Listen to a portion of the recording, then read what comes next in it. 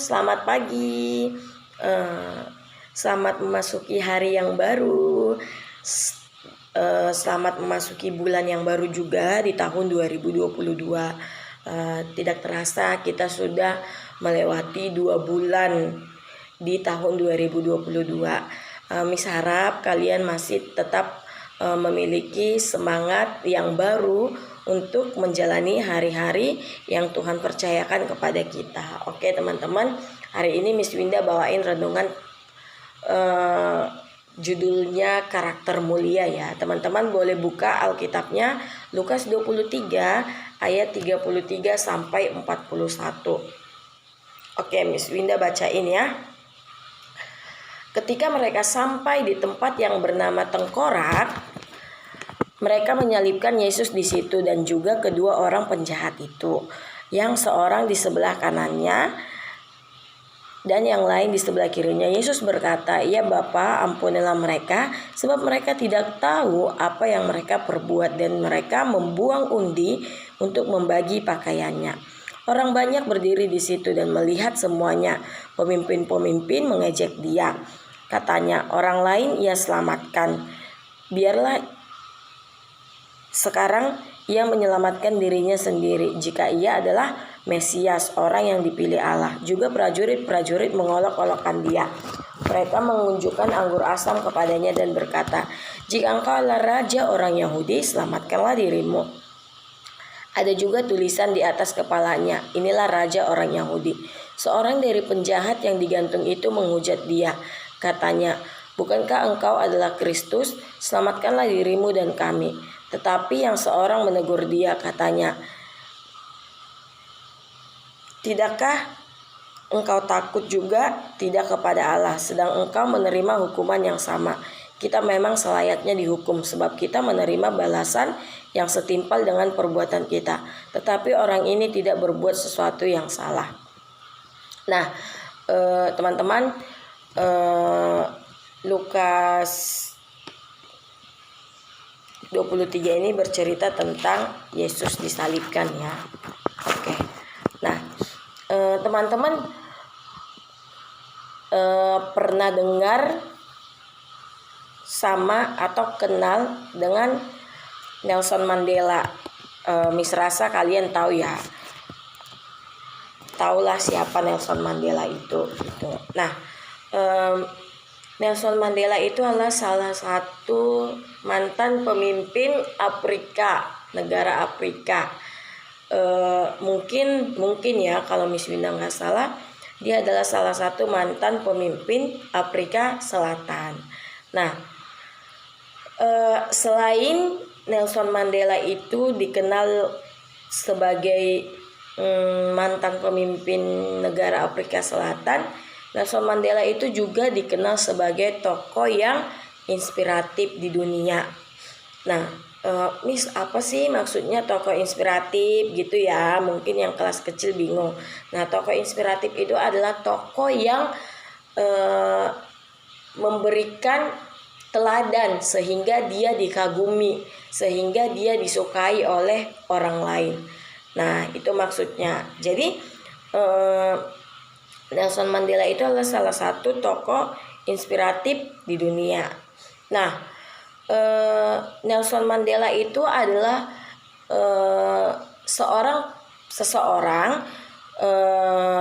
atau bisa dibilang pahlawan lah ya. Dia mungkin seorang pahlawan yang memperjuangkan perubahan besar tanpa kekerasan. Jadi maksudnya apa teman-teman?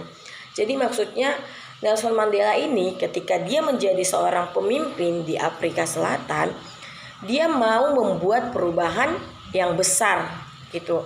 Dia mau melakukan sebuah perubahan besar. Pastinya kalau kita mau melakukan sebuah perubahan besar, pasti ada banyak cara, ada banyak usaha yang harus dilakukan. Dan setiap orang itu punya cara atau usaha yang berbeda-beda gitu. Setiap pemimpin punya usaha atau cara yang berbeda-beda dalam melakukan yang namanya suatu perubahan besar. Seperti yang terjadi saat ini ya, teman-teman boleh lihat perang antara Rusia dan Ukraina. Nah, Dimana kan Ukraina itu presidennya itu mau Ukraina melakukan suatu perubahan besar bagi negaranya, yaitu presidennya mau Ukraina itu merdeka gitu, punya hari kemerdekaan tersendiri gitu, dan dia mau bergabung dengan NATO. Nanti teman-teman boleh baca ya gitu. Nah, tapi Rusia tidak mendukung gitu. Jadi makanya sekarang ini terjadi yang namanya perang. Jadi perang sudah terjadi mulai dari tanggal 25 kemarin. Nah, sama halnya dengan Nelson Mandela ya teman-teman. Jadi dia mau melakukan yang namanya suatu perubahan besar, tapi berbeda gitu. Kalau sekarang kan Ukraina mau melakukan suatu perubahan besar, tapi ternyata ada Rusia yang tidak setuju gitu dengan perubahan besar itu, sehingga ada banyak kekacauan, ada banyak yang meninggal gitu. Karena apa? Karena serangan yang diberikan oleh Rusia terhadap Ukraina. Nah, tapi untuk Nelson Mandela ketika dia mau melakukan perubahan besar, dia melakukannya tanpa kekerasan. Terus waktu dia melakukan perubahan besar itu, apa dong yang dilakukan sama Nelson Mandela gitu ya?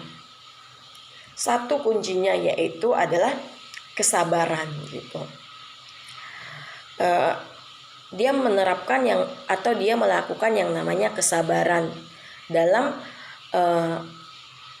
menempuh suatu tujuan yang besar tadi gitu. Nah,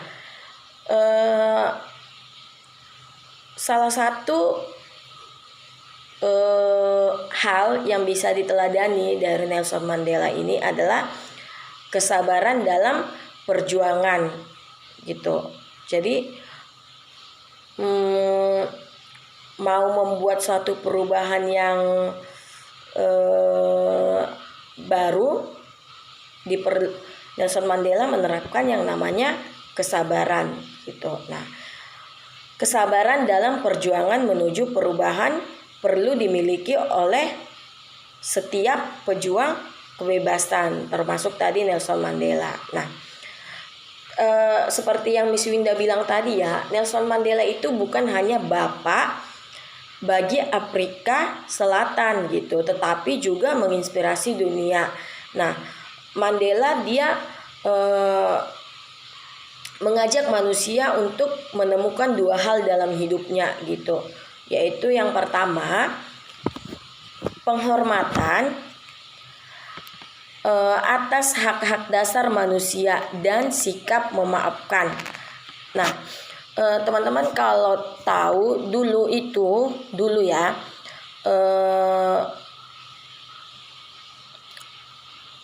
sebuah apa ya dibilangnya, mungkin sebuah komunitas ya kalau Miss Winda bisa bilang ya. Jadi dia ada yang namanya rejim apartheid gitu, rejim apartheid. Dia itu dulu melakukan suatu yang namanya kejahatan ya, mungkin kalau bisa dibilang kejahatan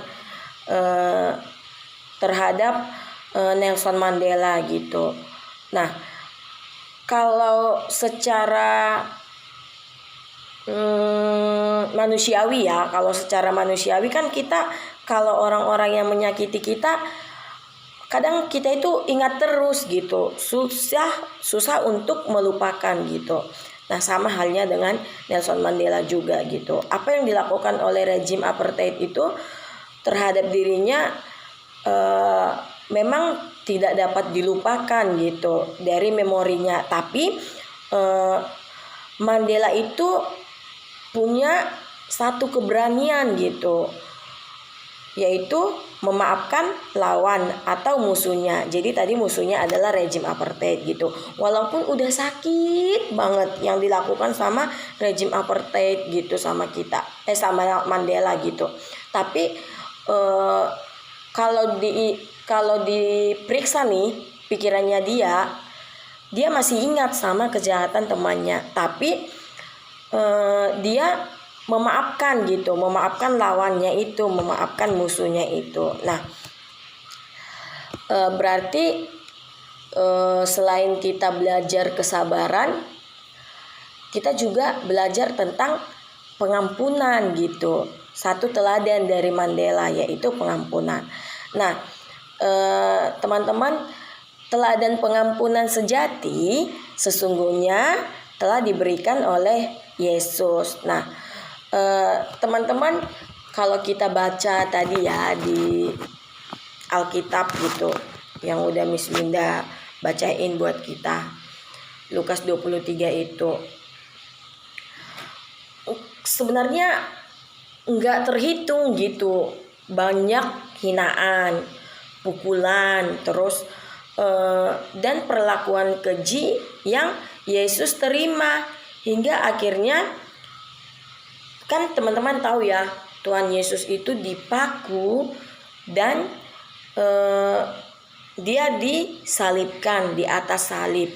Nah, tapi kalau kita baca tadi di atas perlakuan keji yang Yesus terima, Yesus itu masih apa?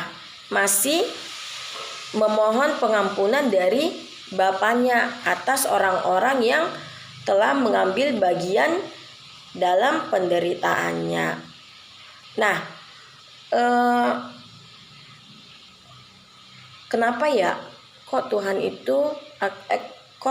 atau Yesus itu bisa gitu memberikan pengampunan kepada orang-orang yang sudah menyakiti gitu, melakukan hal-hal yang jahat.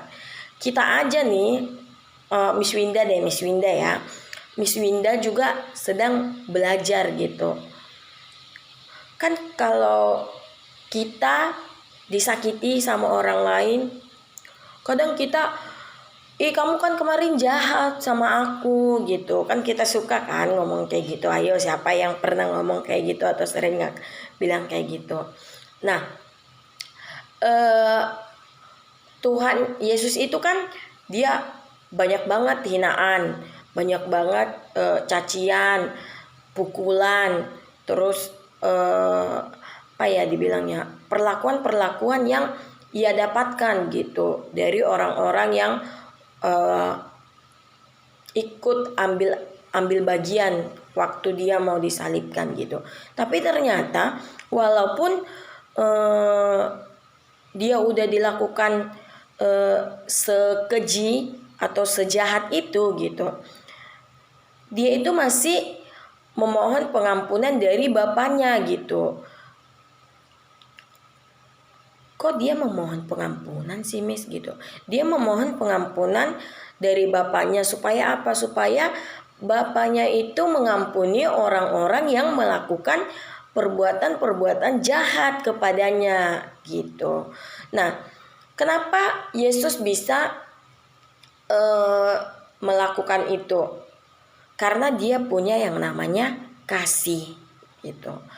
Nah, kasih adalah dasar dan tindakan pengampunan yang dinyatakan Yesus. Ketika Yesus melakukan ini, dia nggak punya alasan yang lain. Yesus nggak punya dasar yang lain, dan dia nggak punya motivasi yang lebih besar dari yang namanya kasih gitu. Tidak ada dasar, alasan, dan motivasi yang lebih besar dan kuat bagi kita untuk mengampuni orang lain selain dari kasih yang kita telah terima dari Allah di dalam hati kita. Nah, sama ya dengan kita, Miss Winda punya hati di mana Yesus sudah memberikan setiap kita ini gitu untuk memiliki kasih gitu. Nah, tapi kan terkadang ya namanya juga manusia ya, jatuh bangun gitu. Ada ya kadang kita ingat gitu apa yang sudah Tuhan berikan sama kita gitu, sehingga kita mengampuni orang lain gitu. Tapi terkadang juga kita lupa gitu kalau kita itu sudah diberikan kasih oleh Tuhan gitu, sehingga kita harus mengampuni orang-orang yang menyakiti kita gitu. Tapi kasih Allah yang sudah Dia buat di dalam hati kita ini, inilah yang akan memberikan kekuatan dan kemampuan bagi kita untuk mengampuni sesama. Sebenarnya kalau dipikir-pikir, Miss Winda kan suka ya baca cerita gitu. Ada yang saudaraan gitu, bersaudara gitu, tapi saling menyakiti gitu. Contohnya dalam keluarga, saling menyakiti, dalam berteman, saling menyakiti gitu. Gimana ceritanya? Oh, ini contohnya kalau dari dalam keluarga ya, berantem gitu, dan ada yang sampai membunuh dan akhirnya ada yang meninggal gitu. Gimana ceritanya kita bisa mengampuni orang yang membunuh saudara atau keluarga kita gitu? Kalau dipikir-pikir enggak mau gitu ya, enggak mungkin, pokoknya nyawa harus dibayar dengan nyawa gitu. Kan kita suka mikir gitu ya, Miss Winda juga suka kadang-kadang mikir kayak gitu. Tapi ternyata setelah Miss Winda baca cerita ini gitu, ternyata setiap orang itu punya yang namanya kasih gitu. Dan karena setiap orang memiliki kasih, jadi setiap orang itu punya kesempatan untuk diampuni gitu. Dan setiap orang berhak untuk mengampuni orang lain gitu. Dasar untuk kita bisa mengampuni orang lain adalah kasih yang sudah Tuhan berikan ke hati kita gitu. Nah, itu ya teman-teman ya. Jadi kalau kasih Tuhan atau kasih Allah sudah dicurahkan nih dalam hati kita, maka kita nggak punya alasan gitu. Kita nggak punya alasan bagi kita untuk tidak mengampuni orang lain gitu. Jadi kita harus mengampuni orang lain karena apa? Karena kita sudah diberikan kasih oleh Tuhan Allah gitu. Oke teman-teman. Jadi kalau kita menjadi orang yang kalau kita mengampuni orang lain, ini adalah salah satu dari karakter apa? Karakter yang mulia gitu, karakter yang baik yang diharapkan oleh Yesus dari kita gitu. Oke teman-teman, selamat belajar untuk mengampuni orang lain. Miss Winda juga akan terus belajar. Sampai saat ini Miss Winda masih belajar untuk memberikan pengampunan kepada orang lain, kepada sesama. Karena apa? Karena Miss Winda Tuhan kasih hati, dan di dalam hati itu ada kasih gitu. Nah teman-teman juga harus belajar mengampuni orang lain. Karena apa? Karena teman-teman diberikan kasih di dalam hatinya. Oke teman-teman, selamat belajar dan semoga renungan hari ini bisa memberikan sesuatu yang baru buat teman-teman semuanya. Dan semoga teman-teman ngerti ya apa yang Miss Winda sampaikan ya. Oke teman-teman, selamat belajar hati kita semua.